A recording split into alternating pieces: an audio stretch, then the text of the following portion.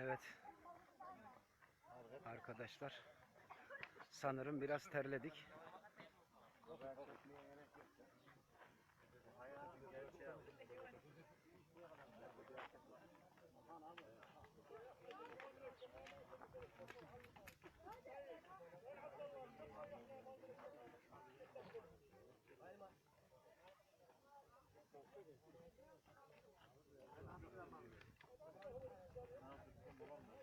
Burası iki yeriymiş, öyle mi?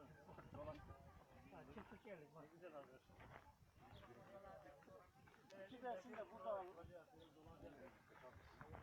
Bugün gençlerimizle kamptayız.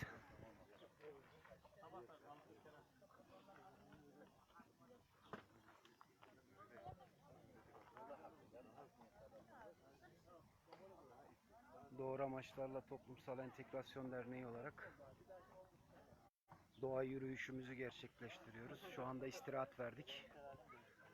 Doğa yürüyüşümüzün ilk etabı sonuçlandı. Takriben eğitimci arkadaşlarımız hariç 55 tane gencimizle beraber doğa yürüyüşümüz devam ediyor. Şu anda kamp alanında istirahatteyiz.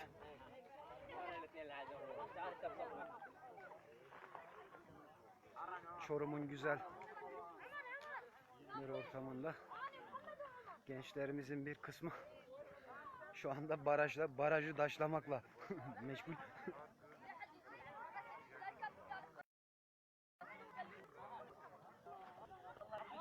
والله لا تجيها ولا تتنشطها